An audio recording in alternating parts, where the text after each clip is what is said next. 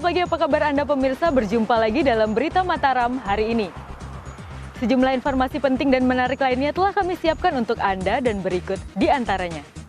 Musyawarah Nasional DPRD Kota seluruh Indonesia, ADEKSI, kembali digelar di Kota Mataram dengan dihadiri 93 perwakilan DPRD Kota seluruh Indonesia, berlokasi di Mataram dan dihadiri Wakil Presiden Ma'ruf Amin. Tindak kejahatan pencurian dana nasabah bank dengan modus skimming ATM kembali menimpa ratusan nasabah bank pemerintahan dan sebuah bank daerah di Pulau Sumbawa.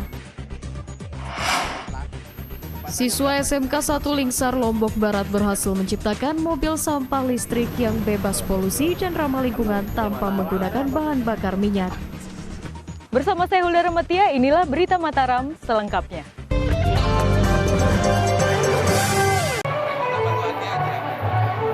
Wakil Presiden Republik Indonesia Ma'ruf Amin membuka musyawarah Asosiasi DPRD Kota seluruh Indonesia di Mataram Rabu siang.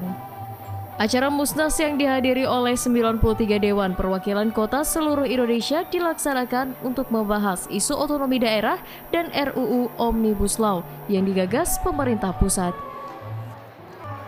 Musyawarah Nasional DPRD Kota seluruh Indonesia, ADEKSI, kembali digelar di Kota Mataram dengan dihadiri 93 perwakilan DPRD Kota seluruh Indonesia, berlokasi di Mataram dan dihadiri Wakil Presiden Ma'ruf Amin.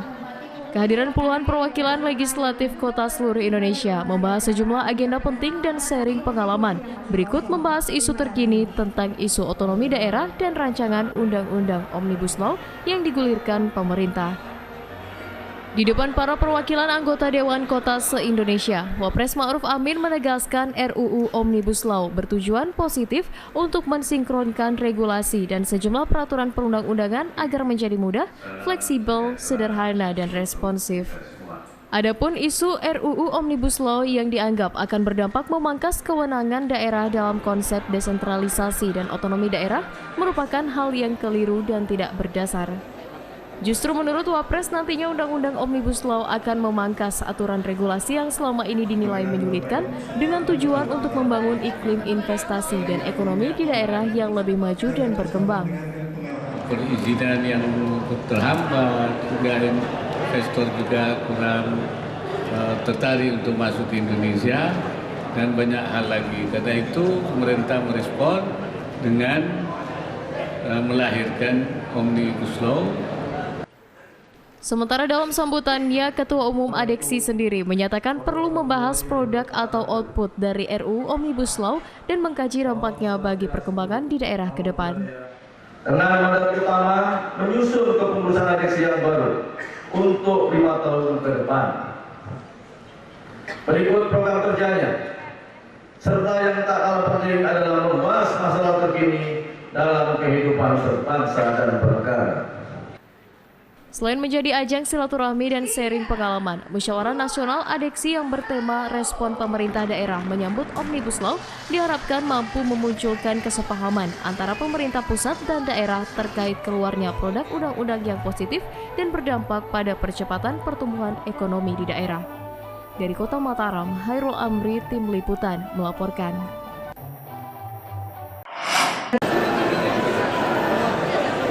Sebagai langkah antisipasi, ribuan peserta rapat Musyawarah Nasional ADEKSI yang dihadiri Wakil Presiden Ma'ruf Amin juga mendapat proteksi cek suhu tubuh dan kesehatan para peserta.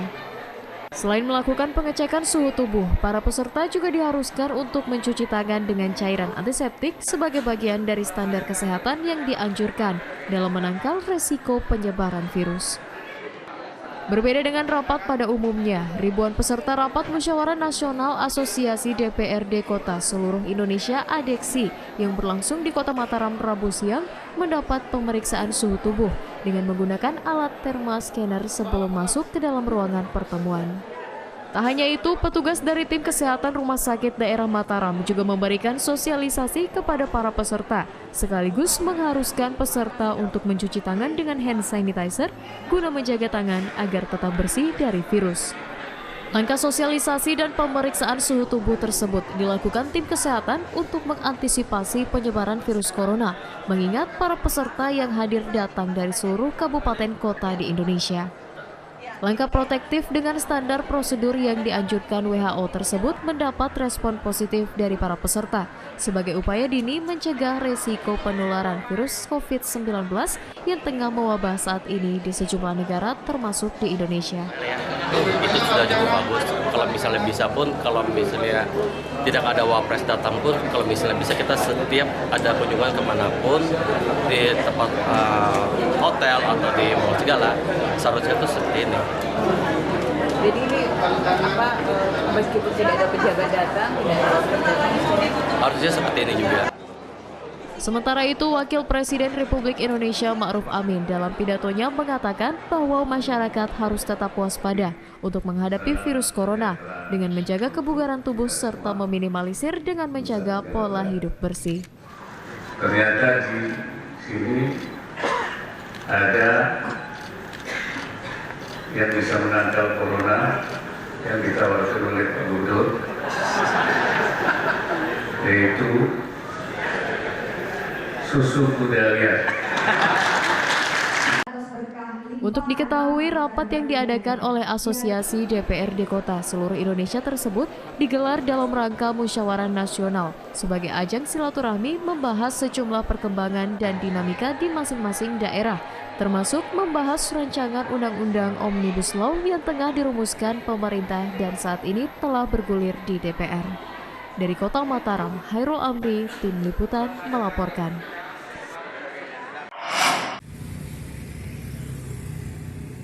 Angka pasien positif terjangkit penyakit demam berdarah dengue di Kabupaten Lombok Timur memasuki bulan ketiga tahun 2020 terus meningkat. Hingga saat ini pihak Dinas Kesehatan mencatat sebanyak 200 pasien positif demam berdarah dan dirawat di puskesmas dan rumah sakit setempat. Memasuki minggu kedua bulan Maret tahun 2020, jumlah temuan kasus demam berdarah di Kabupaten Lombok Timur terus menunjukkan peningkatan hingga mencapai ratusan orang. Hingga minggu kedua bulan Maret ini, sebanyak 200 pasien positif DBD terdata telah dirujuk dan mendapatkan perawatan di sejumlah puskesmas dan rumah sakit daerah setempat.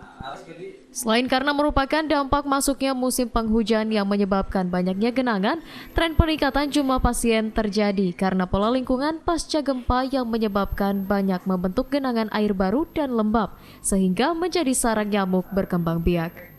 Untuk meminimalisir perkembangan DBD saat ini, petugas kesehatan di semua kecamatan diterjunkan untuk melakukan langkah pengasapan ke lingkungan warga masyarakat yang terpantau menjadi wilayah endemi ditemukan kasus demam berdarah.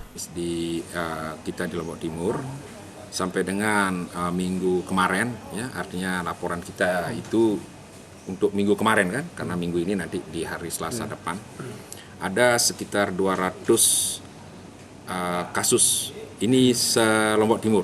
Yang positif ini? Ya, ini yang positif di tahun 2020. Kita bicara dari periode Februari, Januari, dan minggu pertama bulan Maret. Selain meningkatkan kesadaran warga masyarakat, langkah sinergi yang baik antara para pihak dan warga masyarakat harus terus dilakukan sebagai upaya bersama menciptakan lingkungan bersih untuk meminimalisir resiko demam berdarah. Dari Kabupaten Lombok Timur, Mutadun, Tim Liputan melaporkan. Intensitas hujan tinggi yang disertai angin kencang yang terjadi sejak awal tahun 2020 menyebabkan sejumlah petani di Kabupaten Lombok Utara terpaksa memanen padi mereka lebih awal agar tidak merugi. Selain khawatir merugi di tengah kondisi cuaca yang tak menentu, hasil panen mereka dipastikan menurun hingga 40%. Hujan deras disertai angin kencang yang terjadi di sejumlah wilayah, termasuk di Kabupaten Lombok Utara, menimbulkan kekhawatiran para petani terhadap hasil panen mereka. Kondisi cuaca ekstrim yang terjadi memaksa para petani di wilayah tersebut untuk memanen padi mereka lebih awal karena takut merugi, seperti yang terjadi pada tahun sebelumnya akibat cuaca tak menentu. Para petani di Dusun Montong Bae, Desa Telaga Warang, Kecamatan Pemenang, Kabupaten Lombok Utara, mengaku terpaksa memanen padi mereka lebih awal karena takut rugi dan beresiko gagal panen. Tak hanya hasil panen yang sedikit, saat ini para petani juga menghadapi harga gabah hasil panen mereka yang harus dijual di bawah harga normal, yang biasanya mencapai Rp400 hingga Rp500.000 per kuintalnya.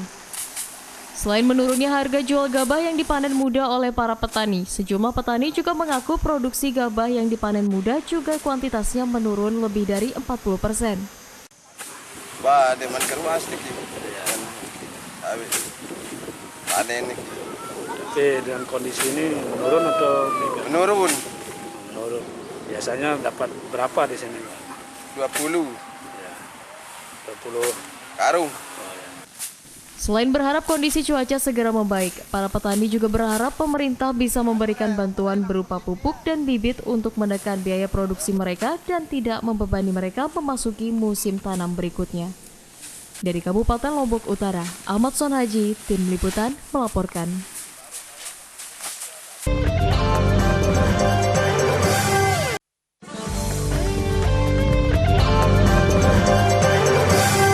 Masih bersama saya Hulda Ramatia, kembali kami sampaikan berita Mataram hari ini. Musyawarah Nasional DPRD Kota seluruh Indonesia, ADEKSI, kembali digelar di Kota Mataram dengan dihadiri 93 perwakilan DPRD Kota seluruh Indonesia, berlokasi di Mataram dan dihadiri Wakil Presiden Ma'ruf Amin. Tindak kejahatan pencurian dana nasabah bank dengan modus skimming ATM kembali menimpa ratusan nasabah bank pemerintahan dan sebuah bank daerah di Pulau Sumbawa. Siswa SMK 1 Lingsar Lombok Barat berhasil menciptakan mobil sampah listrik yang bebas polusi dan ramah lingkungan tanpa menggunakan bahan bakar minyak.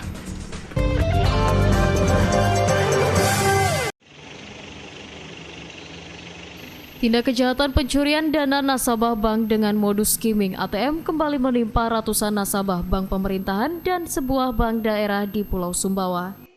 Saat ini pihak bank sendiri telah melaporkan kasus dugaan hilangnya dana nasabah ke aparat kepolisian untuk diproses lebih lanjut. Dugaan aksi kejahatan pencurian dana nasabah dengan cara skimming ATM menimpa puluhan nasabah sebuah bank milik pemerintah yang mendapati dana yang disimpan di rekening tiba-tiba hilang. Pihak bank sendiri membenarkan kasus tersebut menimpa tak kurang dari 72 nasabah yang mengaku kehilangan dana di rekening mereka sejak tanggal 9 Maret lalu dengan total dana yang raib mencapai 550 juta rupiah. Kasus yang sama juga dialami puluhan nasabah bank daerah berlabel syariah yang mengalami kehilangan uang secara tiba-tiba dengan total keseluruhan mencapai angka 300 juta rupiah. Hasil penelusuran pihak bank sendiri menduga kasus yang terjadi murni merupakan aksi kejahatan skimming karena pihak bank menemukan alat skimming yang dipasang oknum pelaku di salah satu ATM di Kota Sumbawa Besar. Terkait kasus ini, pihak bank menyatakan para nasabah tidak perlu panik karena pihaknya telah melakukan pemblokiran semua ATM yang terindikasi di skimming serta mengganti uang nasabah yang hilang sebagai bentuk tanggung jawab pihak bank terhadap nasabah. Selain meminta nasabah untuk melapor dan mengganti kartu ATM, pihak bank juga mengaku telah melaporkan kasus ini ke aparat kepolisian dengan menyertakan rekaman CCTV untuk diproses secara hukum. Total pelapor 2 hari ini, hari kemarin 72 orang, hari ini 29 orang. Dengan jumlah kerugiannya? Nominal di angka 550. Kepada yang terkena masalah ini, kita minta untuk melapor ke kantor. Setelah itu kita inventarisir dan mengganti ATM mereka. Mereka tenang, tenang, tidak usah khawatir karena semua akan diganti oleh bank. Kasus dugaan skimming ini saat ini ditangani tim tindak pidana tertentu Satreskrim Polres Sumbawa untuk memburu para pelaku yang menimbulkan kerugian pihak bank dan para nasabahnya. Dari Kabupaten Sumbawa, Sultan Fahri, Tim Liputan melaporkan. Hanya gara-gara ketagihan judi online, seorang pemuda nekat mencuri sepeda milik warga Desa Pejeruk, Kecamatan Ampenan, Kota Mataram. Aksi pelaku mencuri sepeda berhasil diungkap petugas berkat rekaman kamera CCTV yang terpasang di rumah korban. Seorang pemuda berinisial AN alias Ian, 33 tahun, asal Kelurahan Pejeruk, Kecamatan Ampenan, Kota Mataram, berhasil dibekuk tim Opsnal Reskrim Polsek Ampenan karena diduga nekat mencuri 1 unit sepeda milik warga. Penangkapan pelaku berdasarkan laporan korban yang mengaku kehilangan sepeda dengan membawa rekaman CCTV yang merekam aksi pelaku masuk ke dalam rumah korban. Berdasarkan informasi dan rekaman video CCTV tersebut, petugas akhirnya berhasil membongkar aksi nekat pelaku mencuri sepeda di rumah korban dan berhasil mengamankannya bersama sepeda yang sempat dijual seharga Rp350.000. Di hadapan petugas, pelaku mengaku nekat mencuri sepeda untuk modal bermain judi online yang dilakoninya sejak beberapa bulan terakhir karena tergiur keuntungan untuk memenuhi kebutuhan pribadinya. Berdasarkan laporan ini, kebetulan yang punya rumah memiliki CCTV yang langsung mengarah ke korban. Nah, pada saat dia menawarkan barang ke korban, dia menggunakan pakaian yang sama dengan ciri yang sama pada saat melakukan pengambilan. Jadi dia 2 kali datang ke rumah korban, menawarkan barang, setelah itu dia kembali, kemudian datang kembali mengambil sepeda. Sudah berapa kali motor kira? Pertama kali ini. Pertama yang ketahuan apa? Pertama kali. Benar. Yakin. Untuk apa kamu menggunakan uangnya? Judi online. Judi online. Main apa? Main slot. Main slot. Berarti kalau kamu judi online, sudah sering kamu mencuri berarti? Enggak, pertama kali. Hah? Pertama kali. Yakin? Atas perbuatannya melakukan tindak pidana pencurian, pelaku kini harus mendekam di sel tahanan Polsek Ampenan dan diancam pasal 363 ayat 1 KUHP tentang pencurian dengan ancaman hukuman 7 tahun penjara.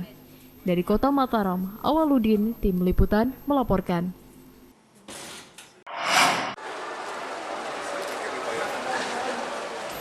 Badan Narkotika Nasional Provinsi Nusa Tenggara Barat bekerja sama dengan Otoritas Bandara Internasional Lombok dan Bea Cukai berhasil mengungkap jaringan peredaran narkoba antar provinsi yang disembunyikan melalui anus. Dari tangan pelaku, aparat berhasil menyita barang bukti narkotika jenis sabu seberat 150 gram dan 58 gram yang rencananya akan diselundupkan ke Nusa Tenggara Barat. Guna mengungkap jaringan peredaran narkoba antar provinsi melalui Bandara Internasional Lombok, Badan Narkotika Nasional Provinsi NTB bekerja sama dengan Bea Cukai dan Otoritas Bandara melakukan operasi gabungan terpadu selama 9 hari dari tanggal 3 sampai 11 Maret 2020. Dari hasil operasi tersebut, petugas berhasil mengungkap 2 kasus peredaran narkoba antar provinsi dengan modus menyembunyikan barang bukti berupa narkoba jenis sabu yang disembunyikan melalui anus. Tersangka pertama berinisial IR 37 tahun warga Aceh diamankan oleh petugas karena terindikasi membawa narkotika dan setelah digeledah petugas menemukan 2 kapsul berisi sabu yang disimpan dalam anus. Tak hanya IR, dalam operasi tersebut petugas juga mengungkap seorang pelaku lain berinisial ZW alias HR dengan barang bukti 2 bungkus bulatan yang diduga kuat narkotika jenis sabu yang juga disimpan pelaku dalam anus. Dari tangan IR, petugas berhasil mengamankan 2 bungkus paket narkotika jenis sabu seberat 150 gram. Sementara dari tangan ZW alias HR alias YD juga berhasil disita sebanyak 2 kapsul paket narkoba jenis sabu seberat 58 gram sebagai barang bukti. Bagasi semua kita perketat, sekarang mereka mencoba-coba ataupun mungkin sudah dari menurut pengakuannya memang sudah ada sekali dia bawa lolos, itu lewat dulu. Dan ini memerlukan kerja keras yang luar biasa. Kami menghimbau dan mensosialisasikan setiap saat kepada seluruh pengguna jasa bandara, pegawai atau siapapun operator di wilayah bandara untuk menjauhi narkoba, terutama diri kita, keluarga dan lingkungan. Operasi interdiksi terpadu melibatkan seluruh instansi dalam upaya pemberantasan peredaran narkoba menjadi salah satu cara Badan Narkotika Nasional memangkas mata rantai jaringan narkoba antar daerah dan juga antar negara dengan menguatkan koordinasi lintas sektor, salah satunya di pintu masuk pelabuhan dan bandara, termasuk di Provinsi Nusa Tenggara Barat. Dari Kabupaten Lombok Tengah, Lukmanul Hakim, Tim Liputan melaporkan.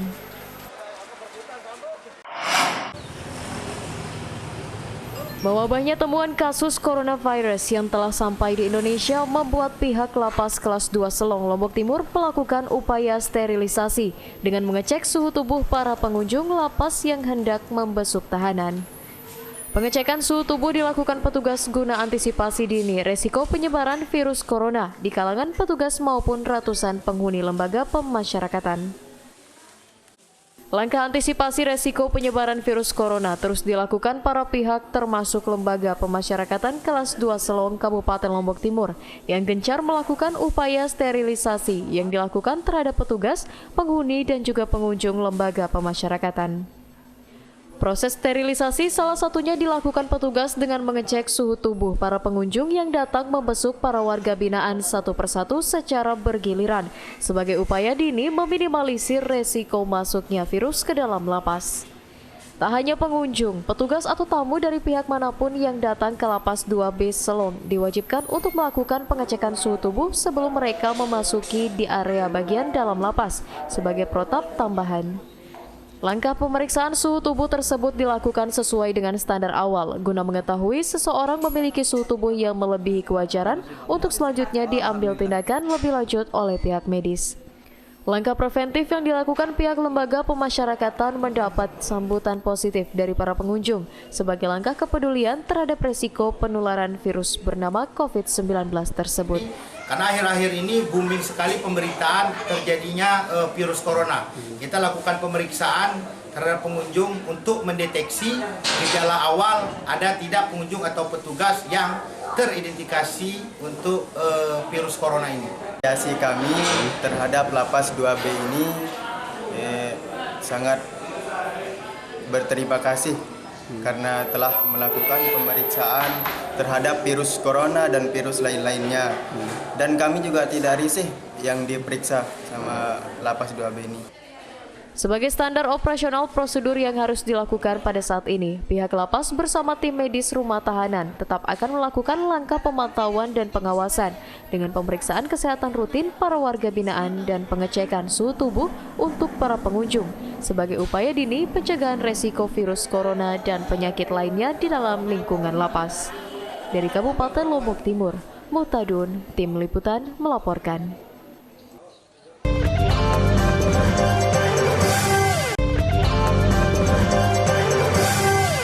Musyawarah Nasional DPRD Kota seluruh Indonesia, ADEKSI, kembali digelar di Kota Mataram dengan dihadiri 93 perwakilan DPRD Kota seluruh Indonesia, berlokasi di Mataram dan dihadiri Wakil Presiden Ma'ruf Amin. Tindak kejahatan pencurian dana nasabah bank dengan modus skimming ATM kembali menimpa ratusan nasabah bank pemerintahan dan sebuah bank daerah di Pulau Sumbawa. Siswa SMK 1 Lingsar Lombok Barat berhasil menciptakan mobil sampah listrik yang bebas polusi dan ramah lingkungan tanpa menggunakan bahan bakar minyak.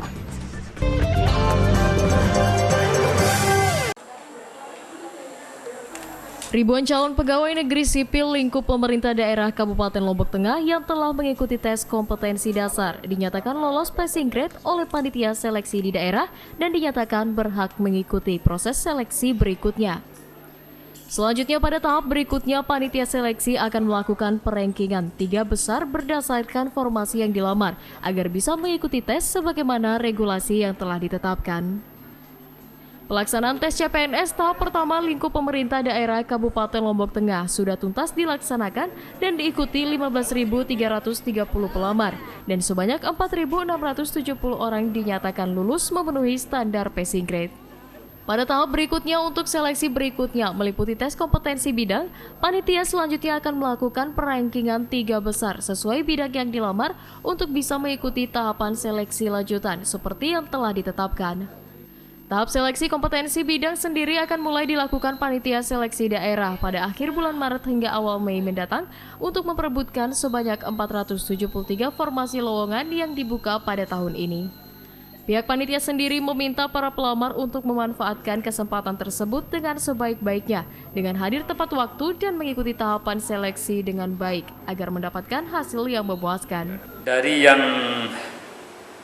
ikut SKD ini ada 4.670 yang masuk passing grade. 4.670. Ya, hampir 32% yang memenuhi passing grade. Dari total 473 formasi yang dibuka, saat ini panitia sendiri mencatat formasi CPNS untuk dokter gigi dinyatakan kosong karena tidak ada peserta CPNS yang mendaftar. Dari Kabupaten Lombok Tengah, Lukmanul Hakim, Tim Liputan melaporkan.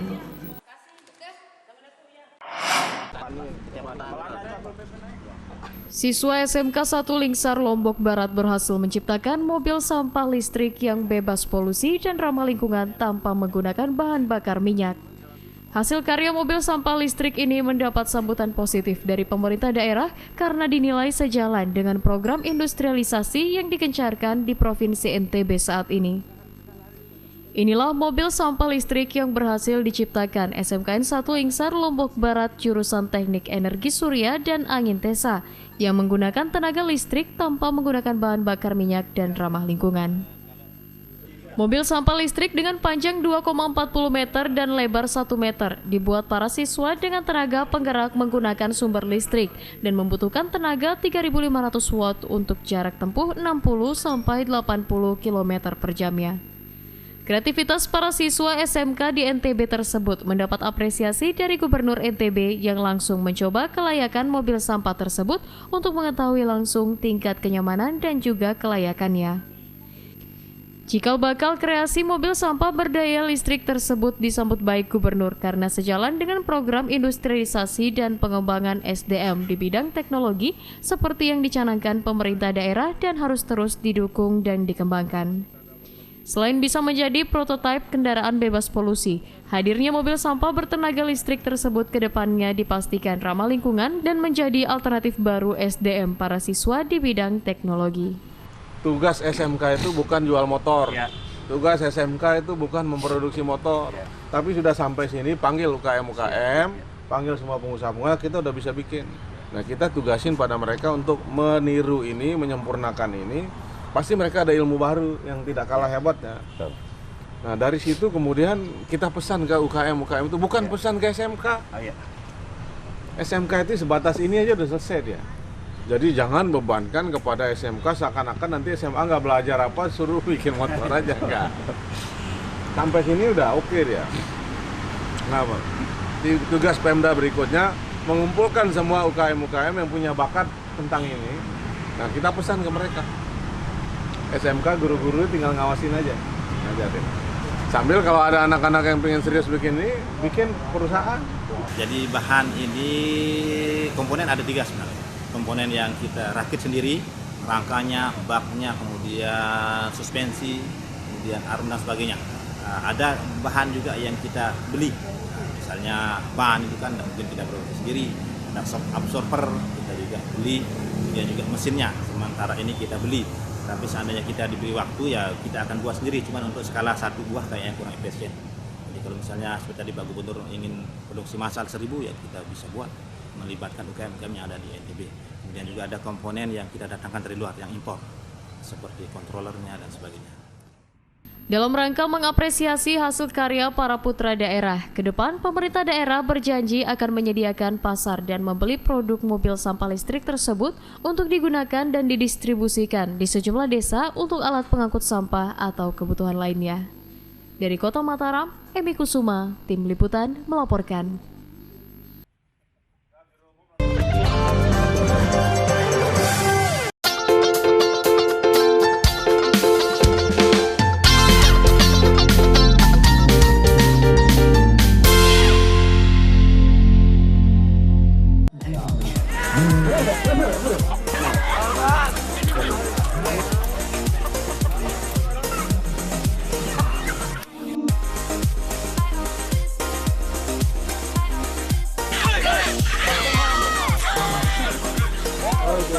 Tradisi balap tidak hanya untuk hewan kuda atau sapi. Warga desa Tamekan, Kecamatan Taliwang, Kabupaten Sumbawa Barat memiliki tradisi unik, yakni balapan ayam jago yang dalam bahasa setempat disebut sampo ayam. Selain sebagai tradisi turun-temurun, lomba sampo ayam juga menjadi hiburan warga saat musim panen tiba yang hingga kini masih dipertahankan dan pastinya Indonesia punya.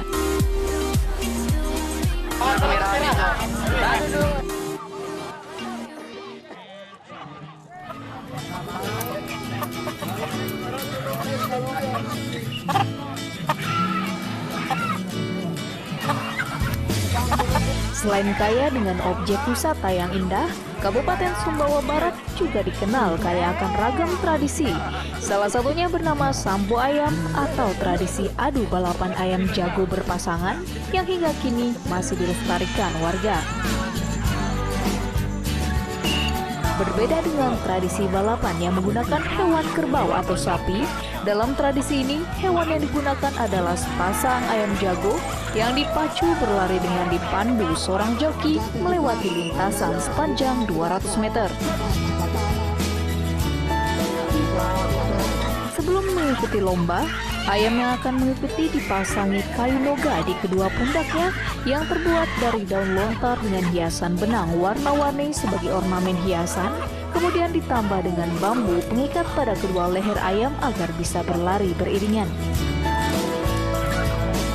Aturan dalam tradisi ini, sepasang ayam jago milik peserta harus bisa berlari dengan dipandu sang joki hingga menyentuh dan melalui sebuah tiang saka yang diletakkan di tengah garis finish. Meski terlihat sederhana, namun tidak mudah mengendalikan ayam untuk berlari melintasi tiang. Karena kebanyakan ayam peserta gagal melintasi garis finish dan malah berbalik arah karena takut oleh ramai dan riuhnya penonton. Untuk sepasang ayam pemenang yang sukses melintasi garis finish serta kompak berlari bersama sang joki, biasanya harganya segera melejit menjadi jutaan rupiah per pasangnya dan menjadi rebutan para pecinta ayam jago. Selain sebagai upaya menjaga tradisi turun-temurun, permainan yang dulunya merupakan hiburan pertama musim panen tiba kini tetap dilestarikan sekaligus sebagai sarana silaturahmi warga desa di Kabupaten Sumbawa Barat. Nah, tradisi ini hanya ada di Pulau Sumbawa ya, dan pastinya Indonesia punya. Sebenarnya ini sudah diwariskan secara turun-temurun, sudah cukup lama. Dan ini menjadi identitas kami di Sumbawa bagian barat karena jujur ini tidak semua Sumbawa ada. Sumbawa bagian timur tidak ada, hanya di Sumbawa bagian barat saja yang ada. Mulai dari hutan Kecamatan Sumbawa sampai dengan Sumbawa. Ini sudah diwariskan secara turun-temurun. Kalau dulu kan sejarahnya Sampo Ayam ini hanya permainan rakyat saja. Jadi ketika masyarakat butuh hiburan dan ini hiburan saat yang lalu ya.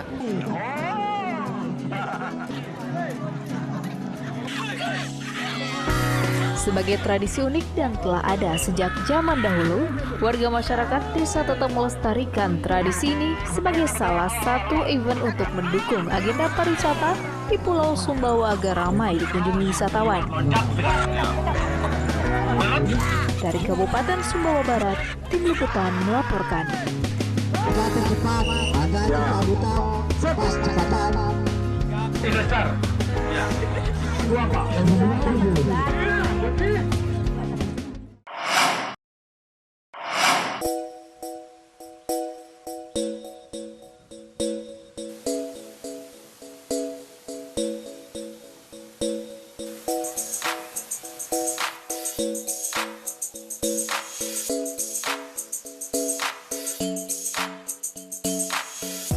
Tak hanya dikenal dengan keelokan pantainya, Pulau Lombok juga kaya akan destinasi panorama hutan alam dengan pesona air terjun di dalamnya. Salah satunya adalah destinasi air terjun yang masih alami bernama Benang Kelambu yang ada di Desa Aik Beri, Kecamatan Batu Kliang Utara, Kabupaten Lombok Tengah. Di kawasan ini, Anda akan menikmati panorama alam pegunungan dengan sensasi air terjun kembar setinggi 20 meter yang eksotis yang diyakini merupakan tempat pemandian para Dewi Anjani. Bagaimana keunikannya? Berikut liputannya di Indonesia Punya.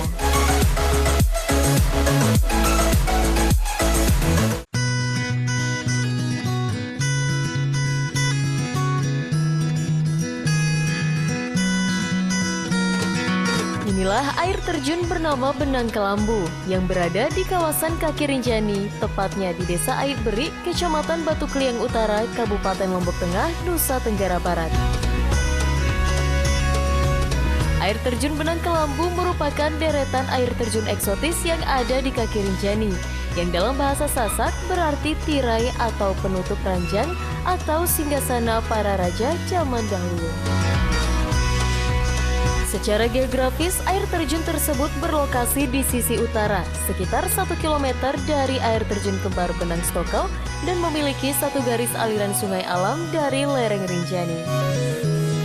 Dua kata tersebut diambil dari penggambaran pesona air terjun Kembar setinggi 20 meter yang percikan airnya yang indah menyerupai siluet gumpalan benang dan juga kelambu.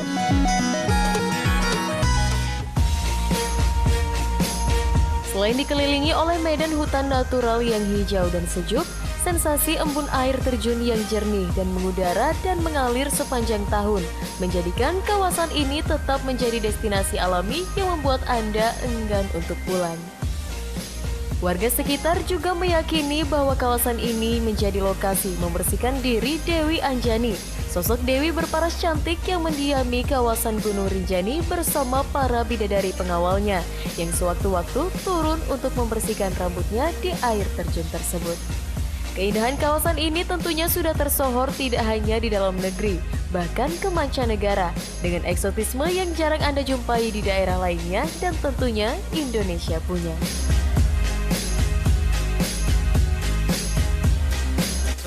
Today we are here at the waterfall and we think it's very beautiful. We like it very much. The water is very clear and you can take beautiful pictures here. It's a real good place to visit. Beautiful. Yes, I really recommend everybody to go here. Oh, bagus, keren. Bagus ya, nggak sia-sia kita kesini. Insya Allah kalau kelompok lagi ya. Yang menariknya di sini apa ini, Bu? Ya, air terjunnya. Air terjunnya apa namanya, bertingkat-tingkat ya. Maka kawasan air terjun Benang Kelambu yang eksotis dan menjejukkan mata bisa menjadi salah satu destinasi yang harus Anda kunjungi berikutnya. Dari Kabupaten Lombok Tengah, Tim Liputan melaporkan.